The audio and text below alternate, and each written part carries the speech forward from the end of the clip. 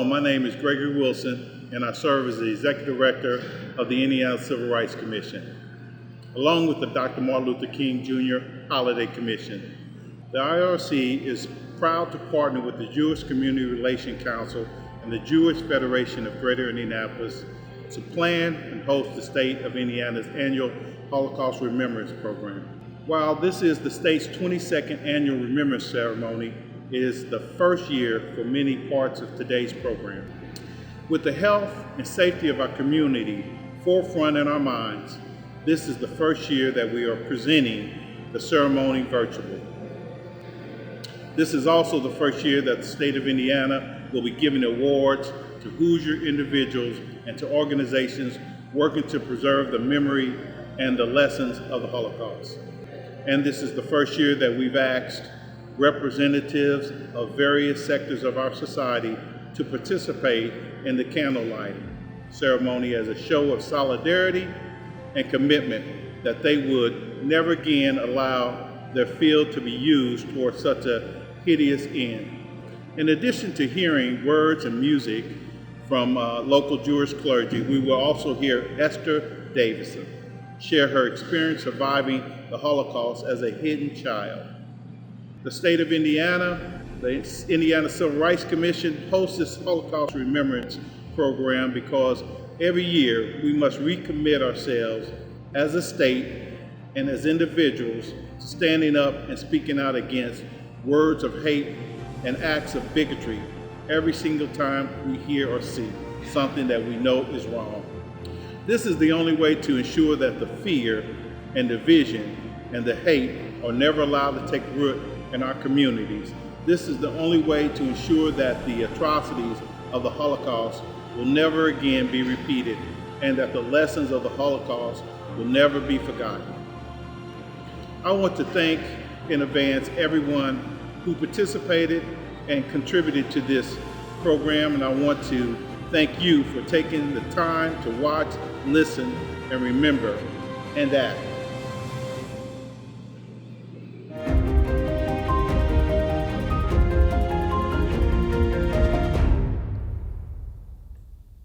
Today, we call to memory, with grief and with love, the millions of our brothers and sisters, Jews and members of other faiths, the young and the old, the strong and the weak, who died in the gas chambers, in the crematoria, and in the battlefields. We honor their resistance, their heroism, their spiritual courage. Today we also honor the liberators and the survivors, fewer and fewer with each passing year. Their example humbles us, their valor ennobles us. We remember, but remembering is not enough. To remember is not just to learn from the past, but to live in the present and to help shape a future of blessing worth remembering by generations to come. To remember means to make a vow, to take an oath. I share with you the poem Neder, An Oath, by Abraham Shlonsky. In the presence of eyes that witnessed the slaughter, which saw the oppression the heart could not bear, and as witness the heart that once taught compassion, until the days came to pass that crushed human feelings, I have taken an oath to remember it all, to remember, not once to forget. Forget not one thing to the last generation when degradation shall cease, to the last, to its ending, when the rod of instruction shall have come to conclusion, an oath, not in vain passed over the night of terror, an oath. No morning shall see me at flesh pots again. An oath, lest from this we learn nothing. And so we remember. At the rising of the sun and at its going down, we remember. At the beginning of the year and when it ends, we remember. As long as we live, they too will live, for they are now part of who we are, and we remember. Amen.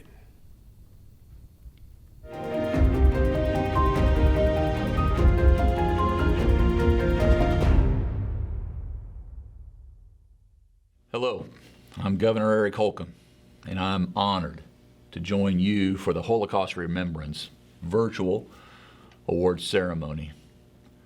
The work these leaders do, oftentimes quietly in their own backyards every single day, pays dividends for all Hoosiers and across our entire state. I'm so grateful to the Indianapolis Jewish Community Relations Council for its more than 2-decade partnership with the Indiana Civil Rights Commission, and for this opportunity to pause in the midst of this unprecedented year to recognize the work that's being done. These award winners are truly deserving of our praise. The Candles Holocaust Museum and Education Center, where younger generations learn and older generations are reminded of the power of hope, healing, respect, and responsibility. Fisher's middle school teacher, Kelly Watson, who used the story of the Holocaust to help teachers in Cambodia teach about their own human rights crisis. And a more than 20-year-old effort that started in Evansville, Indiana, known as Cypress, a committee to promote respect in schools, bringing in students, teachers, retired educators, national experts, and more to put an intentional focus on diversity itself. Thank you for your work, day in and day out, and congratulations.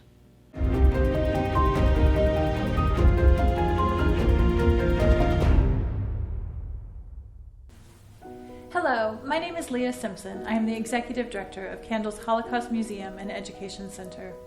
It is an honor to receive the Never Again Ambassador Award for Candles. Thank you to the Jewish Community Relations Council and the Indiana Civil Rights Commission for entrusting the museum with such an award. Together through education, we work to build relationships and eliminate discrimination in our communities and throughout the state of Indiana. I would also like to thank current and past staff members who have devoted their time and energy to a variety of projects and endeavors to promote the mission of the museum. Without their dedication and passion, the museum would not be where it is today.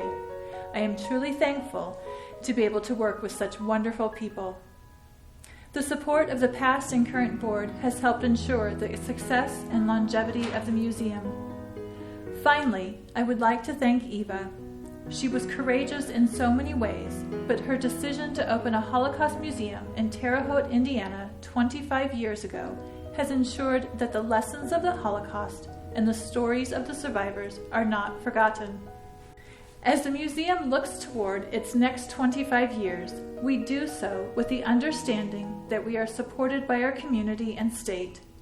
There is still so much work to do, and we are thankful to have this lasting support as we continue to be dedicated to education, making Holocaust resources relevant and accessible to teachers and students in Indiana.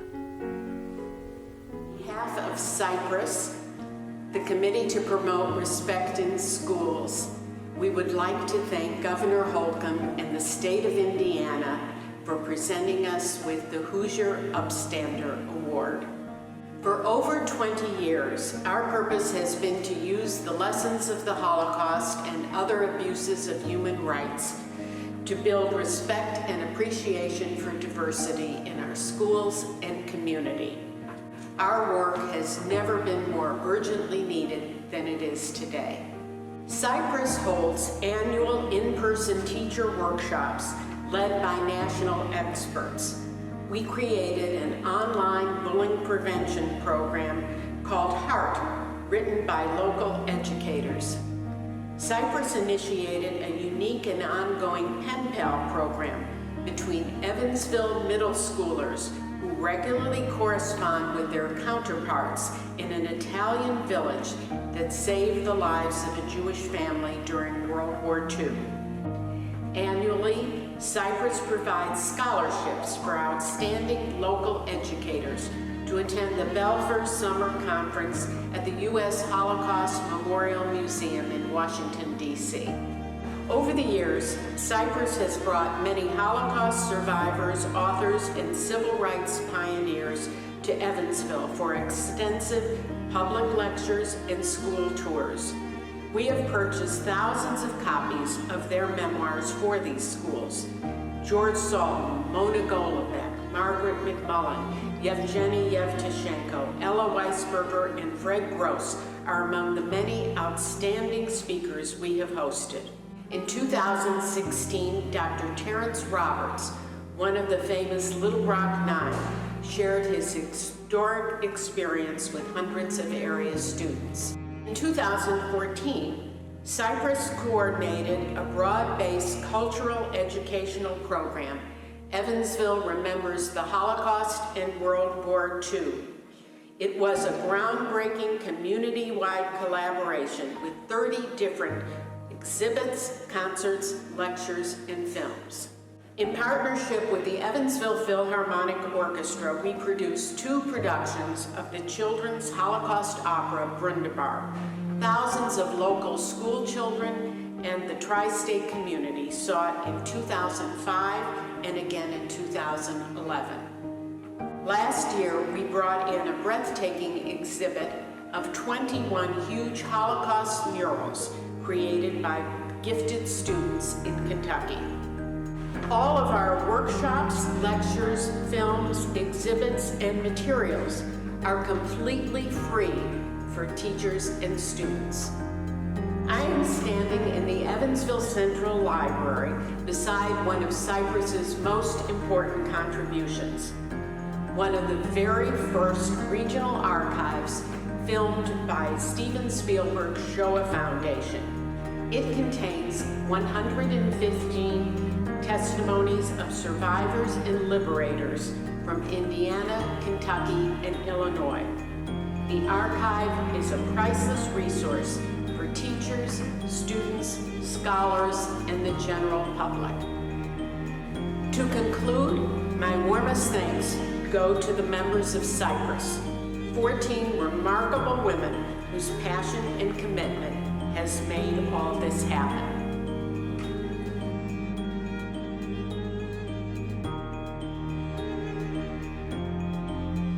Hello, my name is Kelly Watson. I am an 8th grade English teacher at Fishers Junior High. You are in my classroom. And I am the 2020 recipient of the greatest honor I've ever had in my career, in my life, which is to be the 2020 recipient of the Hoosier Upstander Award. First and foremost, I'd like to thank those who are honoring me with this. Lindsay Mintz, the executive director of the JCRC, and Marla Topol, who was so amazing through this journey, and Greg Wilson, the executive director of the Indiana Civil Rights Commission. Please know that when you honor me, you are honoring all teachers who have decided that this is a passionate journey for them, and to be able to teach that next generation on the dangers of indifference and being able to see each and every individual, not as groups, but as individuals who deserve fair treatment. I represent all of those teachers and beyond. I stand here representing the survivors that I've met, the honor of being able to share their stories. And it all began with me with a couple of pieces with the first couple of years of my teaching. My department chair gave me a copy of Elie Wiesel's Night, said we're going to teach this to our 8th graders. I didn't remember learning anything about the Holocaust through all of my high school years. And it motivated me to go to the United States Holocaust Memorial Museum that summer to attend the Belfer National Conference. Changed everything about me. That same year, I also, what you see behind me, had a group of students who created this art exhibit that was in the Children's Museum in Indianapolis for the Anne Frank exhibit. And because of that, I was able to fill out an application to become part of the United States Holocaust Memorial Museum's Museum Fellows.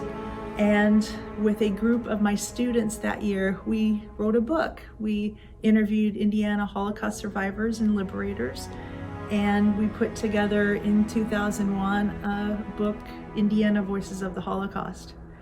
None of this would have happened had it not been for Michael Vogel, the very first survivor I ever met, who came into my classroom that first year and told his story.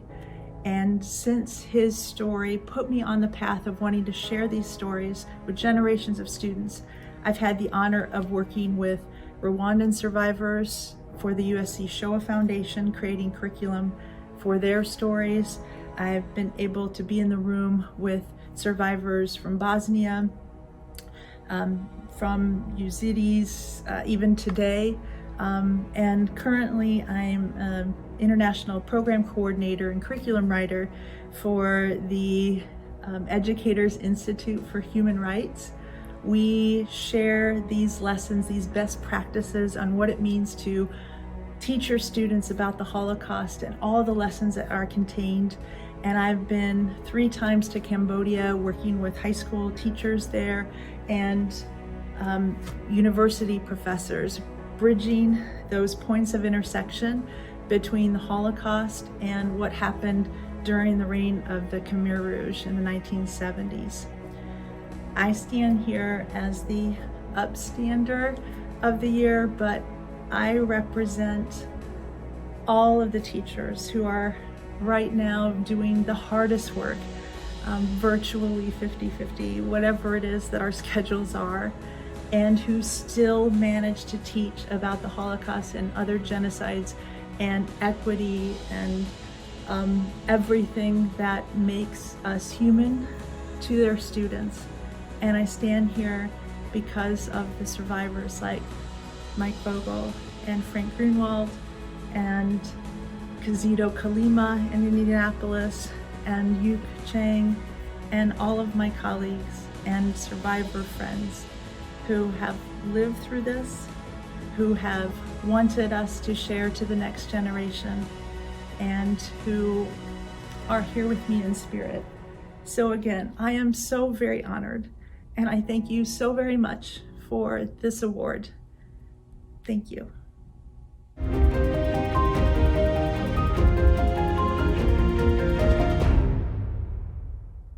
Hello, my name is David Sklar. I am the Assistant Director and Director of Government Affairs with the Indianapolis Jewish Community Relations Council. It's my pleasure to represent the Jewish community in the halls of government, working every day with our elected officials. It's important that our legislators don't only care about the nuts and bolts of governing, things like passing a budget or working on education funding, but that they take an active and engaged interest in the issues important to their constituents. Earlier this year, after continuing to see a rise in anti-Semitism, and after continuing to hear that fewer and fewer people, especially young people, were aware of the horrors of the Holocaust, a number of our state legislators came together to pass important resolutions on behalf of the state of Indiana. It's my pleasure today to thank Representatives Kerry Hamilton and Michael Speedy, and Senators John Ruckelhaus and J.D. Ford for passing their resolutions on anti-Semitism. These resolutions declared that the state of Indiana understands the importance and seriousness of anti-Semitism, its impact on the Jewish community, and will do everything in its power to continue to confront it in the future. And Representative Chris Campbell, who has ensured that starting in 2020 moving on, that each April here in the state will now be designated Genocide Awareness Month. We thank each of these legislators for their work and for their leadership.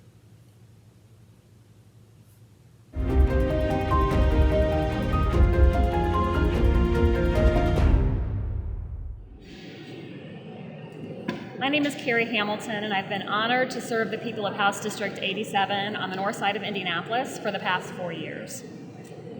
As we honor the memory of the 6 million Jews and countless others killed during the Holocaust, we must all reaffirm and recommit ourselves to the never again admonition. Indiana, unfortunately, is not excluded from the rising rates of anti-Semitism and other religious bigotry felt in communities across the United States. Jewish Hoosiers have been subjected to appalling acts of anti-Semitism, bomb threats, desecrations of holy sites, and increased rates of bigotry in our schools. Now more than ever, Hoosiers must come together and realize that hate against one of us is hate against all of us. It was in that spirit of unity, solidarity, and love for all people that my colleagues and I came together to condemn hate, discrimination, and bigotry against the Jewish people with House Resolution 65. I was proud to co-sponsor House Resolution 65 as it acknowledges the prejudice, discrimination, and violence produced by anti-Semitism and unequivocally condemns it. And I will continue to stand with the Jewish community and all peoples affected by belief systems that seek to deny our shared humanity. I want to thank the Jewish Community Relations Council and the Indiana Civil Rights Commission for inviting me to participate in this important annual remembrance of the Holocaust. Hi there, this is Senator John Ruckelhaus with Senator J.D. Ford from the Indiana Senate, and we are both very proud to be co-sponsors in a bipartisan way about the resolution for the Jewish Community Relations Council to stamp out anti-Semitism in Indiana, call it out in any form, in any shape, and to make it the true policy of the state of Indiana that there is no place for anti-Semitism in this state. Senator Ford? Well, thank you, Senator Ruckelhaus. As he mentioned, I'm Senator J.D. Ford, representing District 29 in our Indiana State Senate, which covers parts of Hamilton County, parts of Boone County, and parts of Marion County. And I was very honored to partner, as Senator Ruckelhaus mentioned, in a bipartisan way, Senate Resolution 59, which really stamps out anti-Semitism in all of its forms, and really very proud to be a part of this effort, simply because we know that anti-Semitism is contradictory to our democratic values of tolerance, pluralism, life, liberty, the pursuit of happiness, and so it's very important that I be a part of that. In doing so, in my own research, found out that 2/3 of millennials do not know what the word Auschwitz means. 23% of millennials have never even heard of the word Holocaust before. And even another staggering statistic of 66% of our Gen Zers have no idea that 6 million Jews died in the Holocaust. And so we know that our Jewish youth are experiencing acts of hate in our schools. We know that there have been bomb threats and acts of hate directed in our communities. And it was important for us to stand here at the Indiana Statehouse, Republican and Democrat together, to show that this type of behavior will not be tolerated in our great state. Thank you, Senator Ford. You articulated this whole issue beautifully. And I believe I speak on behalf of Senator Ford that let this resolution not be the end. Let this be the beginning. Let this resolution not just be a piece of paper, but a powerful call to action for future legislation that we and our colleagues and our citizens and the Jewish community especially will be vigilant and ongoing and looking for any acts of anti-Semitism and ways and strategies that we can snuff that out. Because we are all in this together as one world, and we must come together. So let this be the beginning, and we thank you.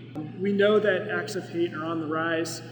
It's going to take all of us, including leaders here at the Indiana Statehouse, in our Indiana Senate, and our Indiana House of Representatives, to really stamp this out in any fashion, in any form. So Again, I'm proud to have co-authored with Senator Ruckelshaus this resolution. And as he mentioned, let this not be finality. Let this be a starting place to continue to have conversations, to really do our best to get anti-Semitism out of our state. And again, thank you very much for the invitation. It's great to be here with you, Senator Ruckelshaus, working in a bipartisan way. Thank you. Hello, my name is Chris Campbell. I've had the honor of representing Tippecanoe County in Indiana's House District 26 since 2018. Today, we remember and reflect and honor the memory of millions of Jews and countless others killed during the Holocaust. It is our duty as we solemnly reflect on the past to ensure that such atrocities will never happen in the future. As divisiveness and hate are on the rise in the United States and throughout the world, we must do our best to stop it in its tracks.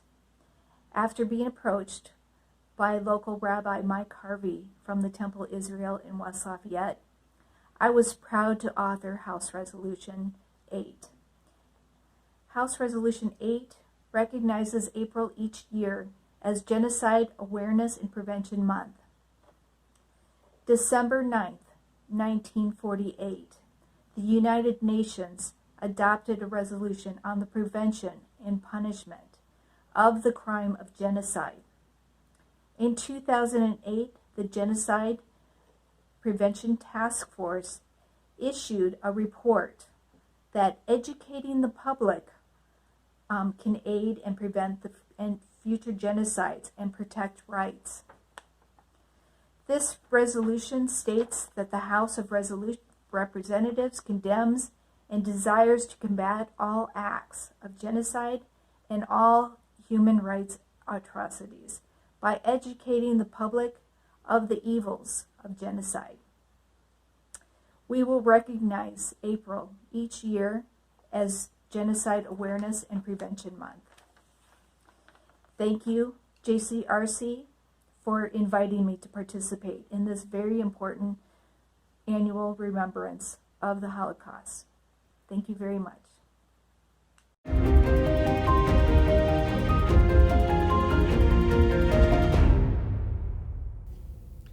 It is critical that we continue to educate our children and our children's children about the history, the legacy of the Shoah, the Holocaust.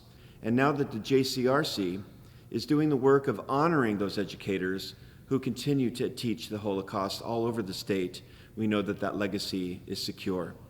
We have been blessed in the Jewish community in Indiana for many generations with the Holocaust survivors who share their stories with us, their children, and now their grandchildren who continue to tell those stories. We will continue to honor them. We will continue to honor their memories and the stories that they share through this ceremony and others like it for years to come. I am Cantor Melissa Cohen of Congregation Bethel Tzedek in Indianapolis, Indiana. I'm pleased to sing for you Eli, Eli, my God, a prayer of hope, a prayer of tranquility, a prayer of peace from the heart by Chana Senesh. Eli, Eli, shelo yigamer leolam, hachol והים ריש ראש של המים ברק השמיים תפילת האדם החול והים ריש ראש של המים ברק השמיים תפילת האדם. O God, my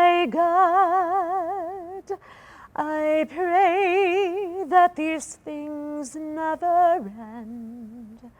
The sand and the sea, the rush of the waters, the crash of the heavens, the prayer of the heart, the sand and the sea, the rush of the waters, the crash of the heavens, the prayer of the heart.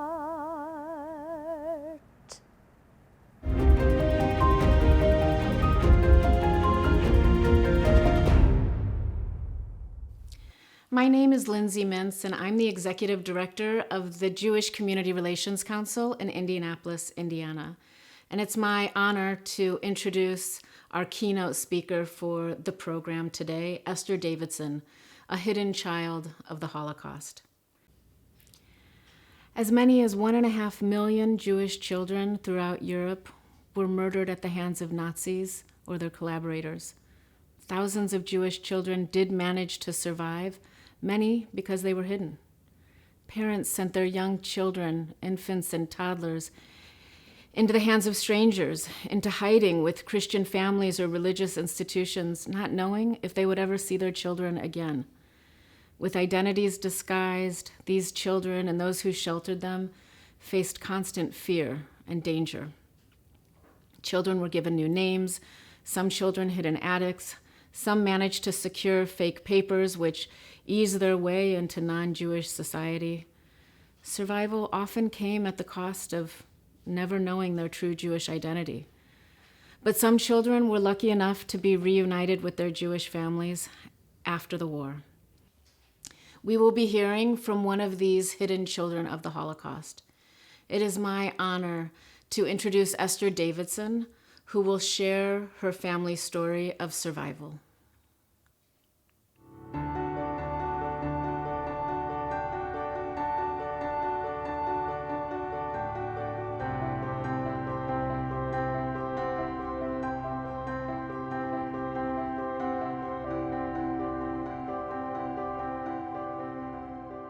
I'm what's called a Holocaust survivor. And very simply, that means I was born in Europe during World War II, of Jewish parents, during the time when Hitler tried to kill all Jews. And I survived. My mother was one of 11 children. She had 10 brothers and sisters, several of whom were married and had children before the war started. She is the only one who survived. My father was one of 7 children. Several were married and had children. And it was a very close-knit family because they ran the family business, which was a granary. My father, his brother Meyer, and their cousin Jeffrey Lackritz are the only survivors of his family. I should have had lots of uncles and aunts and cousins. I have none. Now, my mother's name originally was Chava. She left the community she was raised in all her life, went to a small little city where nobody knew who she was, changed her name to Nellie, wore a cross and went to church every Sunday, and that's how she survived the war, by pretending to be someone and something she was not.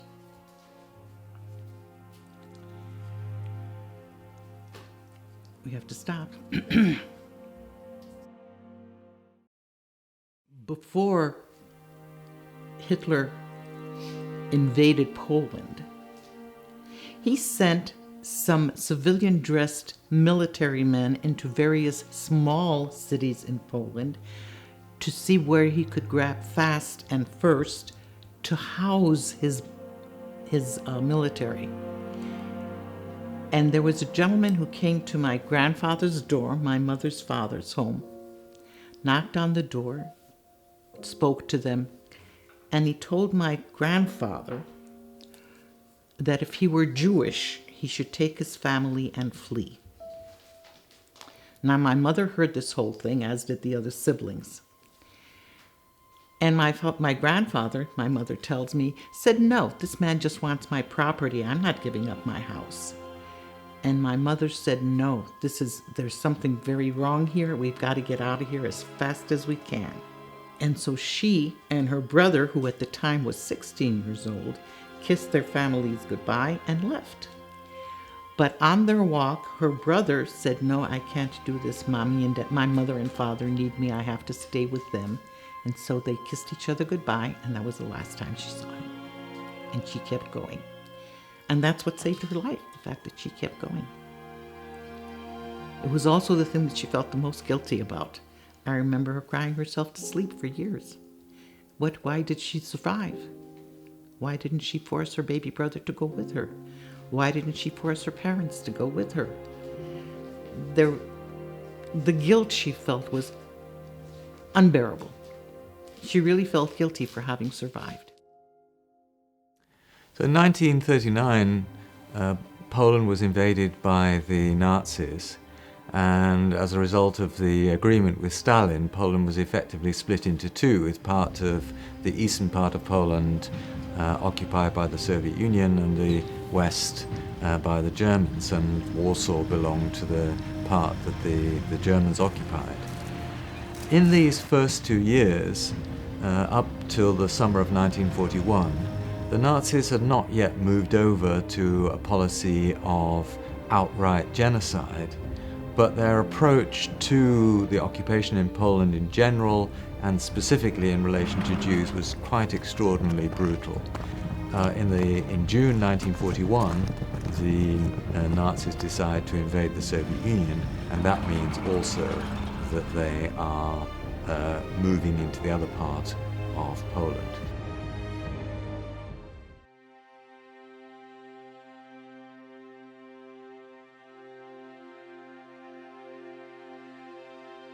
They came to an agreement that they would hide and be as safe as they could and protect me as best as they could. And after the war, they would meet in a given location, and that they would wait for each other for X number of days or weeks, and then if they didn't show up, continue their lives as if they were alone. And that's what they did. So it's clear to many Jews in Poland, although they can't yet know about the extermination that's going to begin, it's clear that they're being treated so brutally that in effect they're dealing with occupiers who would rather have them dead than alive. And it's against that backcloth that people are having to make choices about how to survive and how to ensure the survival of their children.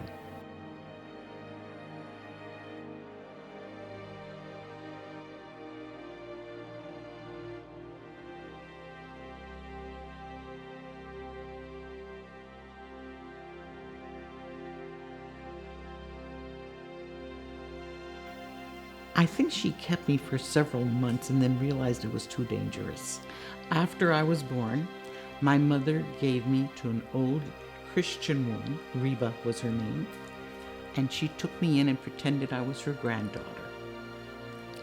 Now, the reason my mother did that was that in the event that she was caught and put in a camp, at least I might be saved. Please understand that Reba was taking her life in her hands when she took me in. The Nazis didn't treat the people who helped the Jews any better than they treated the Jews themselves. Now, my name was originally Malka. It was changed to Esther. Are you ready? To sound less Jewish. And I too wore a cross, and I went to church with Reba every Sunday. Those who are hidden in the age 1 to say 3 or 4 really have no understanding or no sense of what's happening and just dealing with those early sort of inchoate experiences of having been with one person whom in the course of the war they may forget and being attached to another. My father survived as best as he could by living off the land. He went and hid in the forest. It is a period of time my father never discussed with me. Once, after many quizzes by me, he did mention one item that had him so embarrassed that when he finished, he went to his bedroom and cried. He said that during this period of time, in order to survive, he stole food and some clothes off a line because his clothes were shredded and he had to have something to wear. I think he didn't want me to ever think of him in that manner, as somebody who stole anything for any reason. He regretted telling me that much. He was not the only one in the forest hiding. There were a lot of people hiding in the forest. And they were strangers but became like family to each other.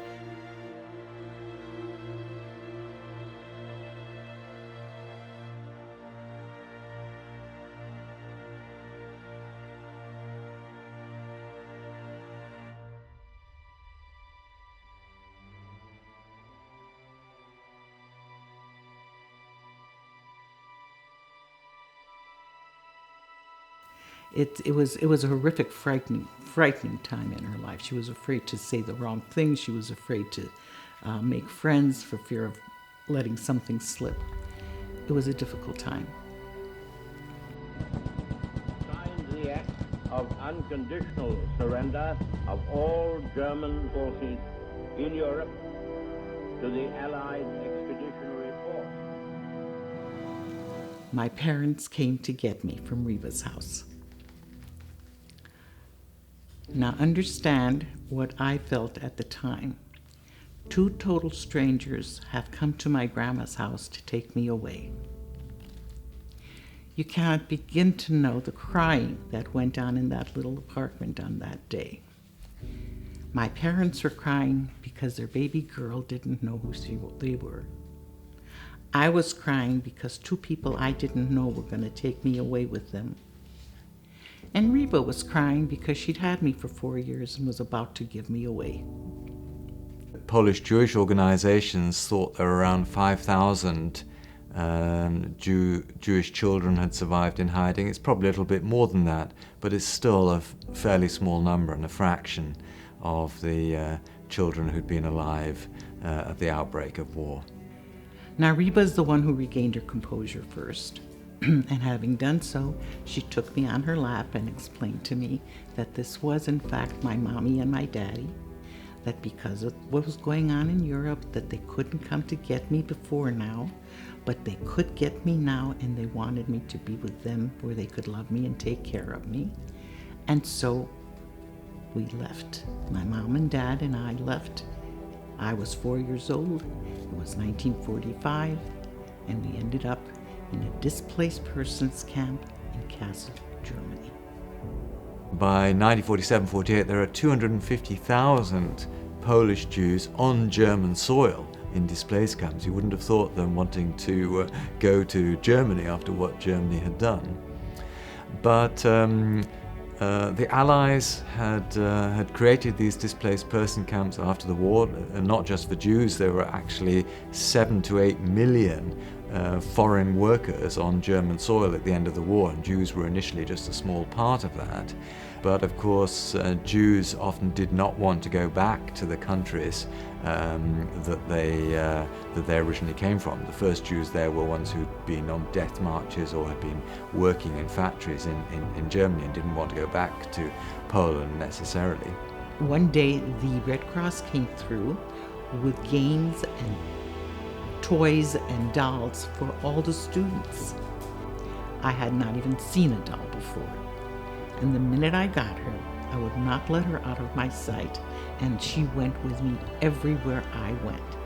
This is a place also where a lot of testimonies are collected of the Holocaust. There's some amazing early testimonies. Many people get married in displaced persons camps. There's a baby boom of Jewish children who were born in the camps.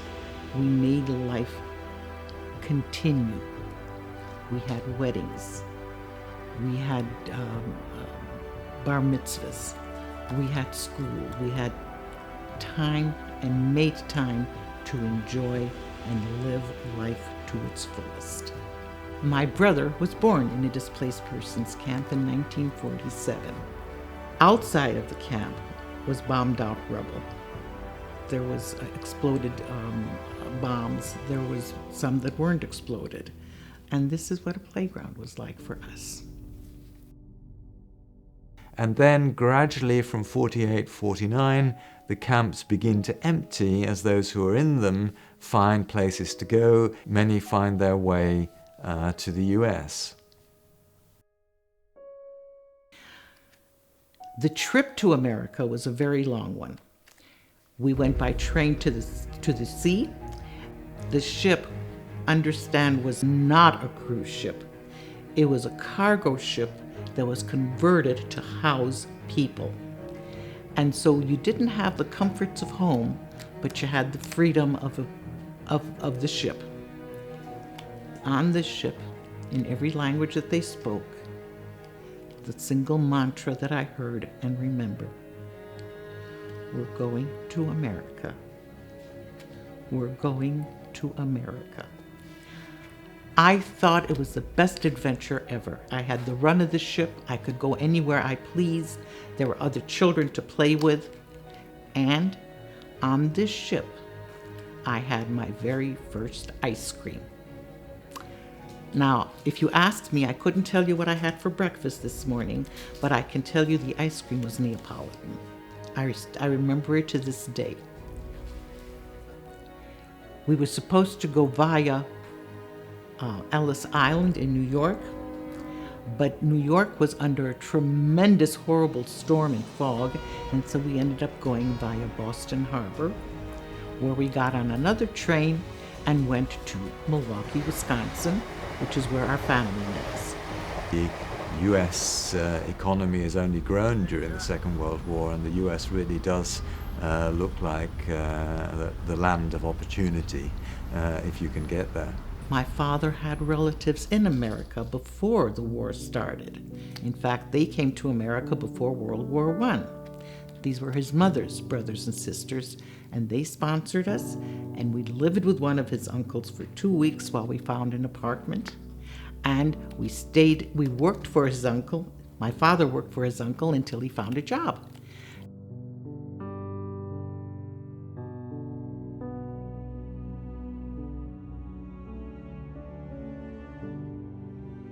Now, if you haven't already, I'm sure you're going to hear people, even Americans, tell you that America is not a good place. Let me tell you that there's no greater nation on the planet than is the United States of America. There are places on this planet where you cannot get an education because you're a female. There are places on this planet where it doesn't matter how smart you are. If you weren't born on the right side of the track, you are never going to get to be what you want to be. There are places on this planet where you cannot choose your own leaders. You have to take what you get, no matter how much you don't like it. We have a nation with freedoms and abilities that most nations don't even know about, let alone experience. America is the greatest nation in the world. And if you hear anyone tell you otherwise, look them in the eye and tell them they don't know what they're talking about.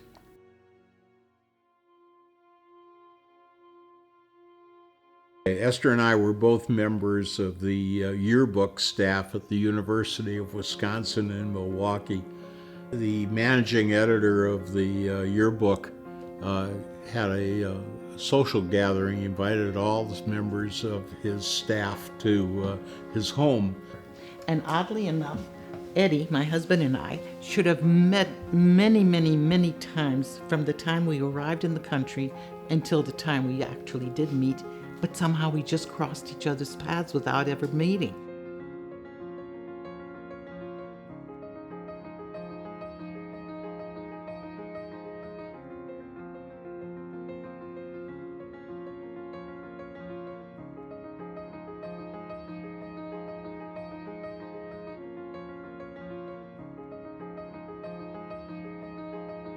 And Esther and I met at that gathering. We hit it off immediately, and several months later we proposed. She accepted. And that's how we fell in love, and that's how we got to get married. So we were meant to be, we just didn't know it at the time. And by the way, my husband on our honeymoon took me to New York so that I could see the Statue of Liberty at last. So I did not miss out on that.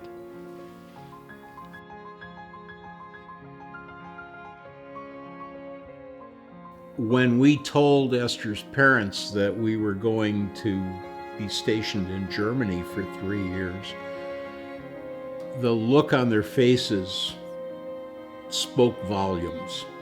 They were very frightened for us. As things worked out, everything was just fine.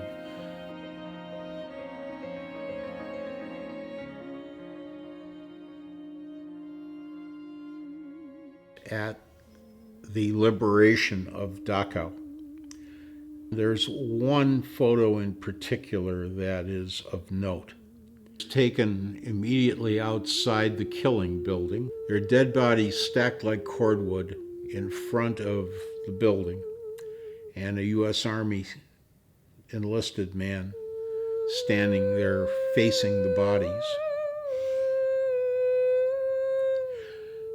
How anyone can deny that this ever happened escapes me. How ignorant can you be? Just take a look at those photos.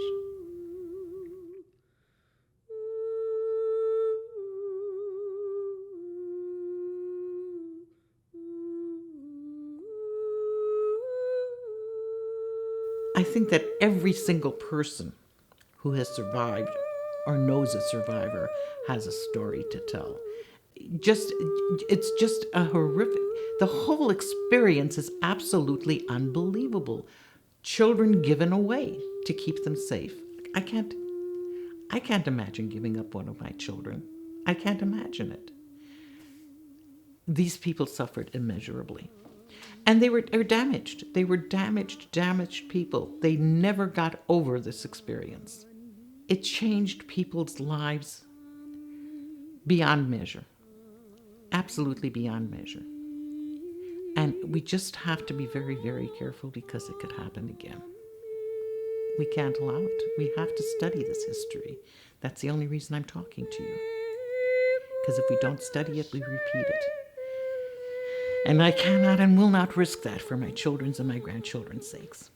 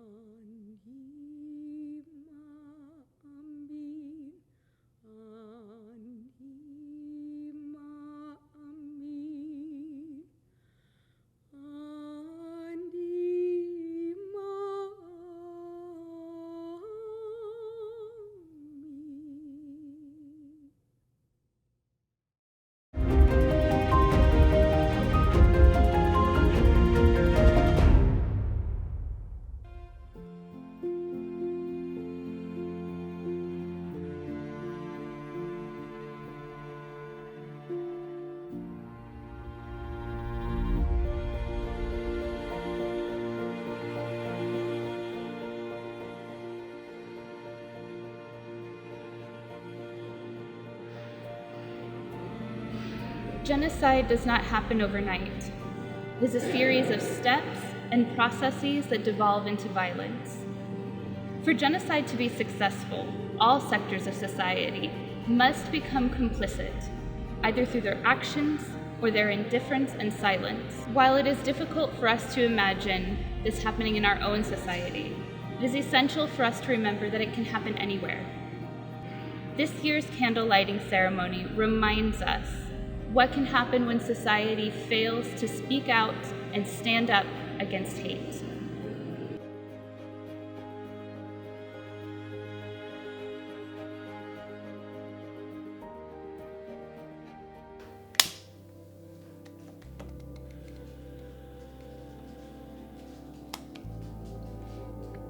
Hello, I'm Esther Davidson, and I light this candle for all of my family members who perished during the Holocaust and for all of those who suffered during the Holocaust.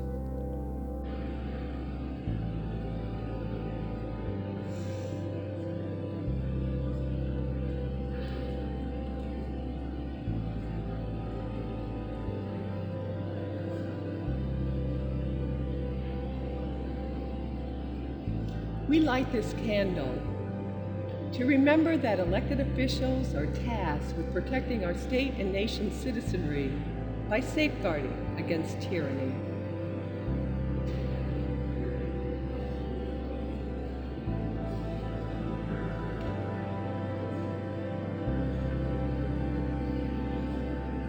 We light this candle to remember that the faithful are commanded to provide safe haven for all of God's children in their time of need.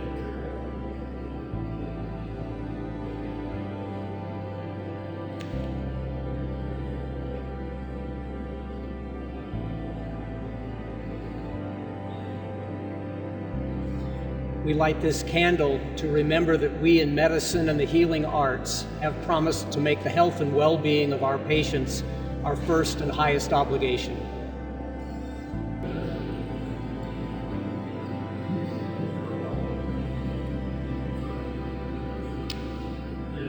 We light this candle to remember that the law should never be used to justify discrimination, but rather to protect all people and to ensure that they're treated equally under the law.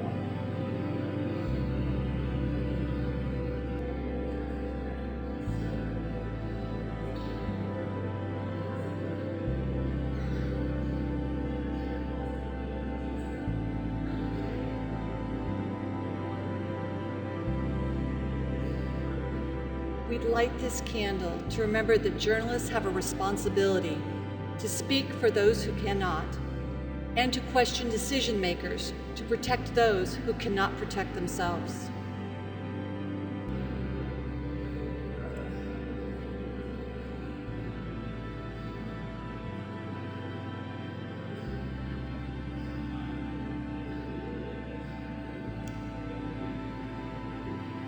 We light this candle to remember that educators are here to teach future generations about our rich cultural tapestry of the world, to honor each other's humanity and respect our diversity.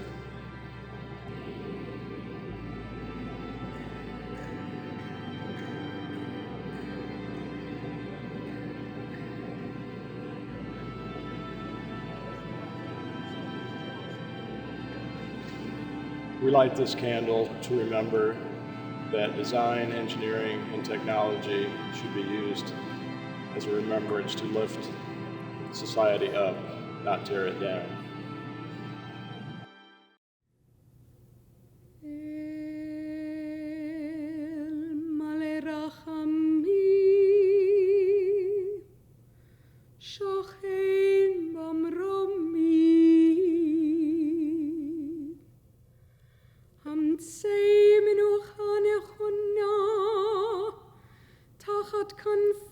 We light these candles to remember the millions who died in the Holocaust. We light these candles to end the hatred that emerges from fearing the other. We pray for the strength to carry forth these lights into the world, creating a bold flame that will inspire others to work by our sides together, to pursue a just society for our human family, throughout the world. Throughout the world. Throughout the world. Throughout the world. Throughout the world. Throughout the world. For our human family, throughout the world.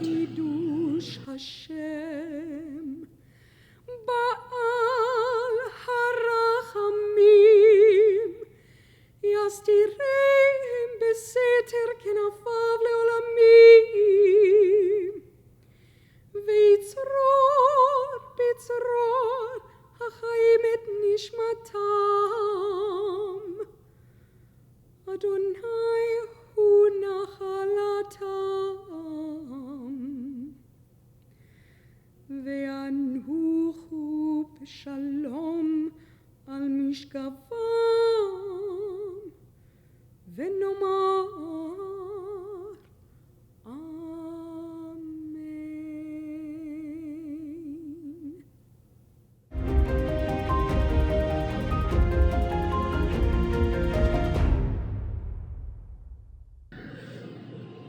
Hello, my name is Miriam Dant, and I am privileged to be the president of the Indianapolis Jewish Community Relations Council Board of Directors.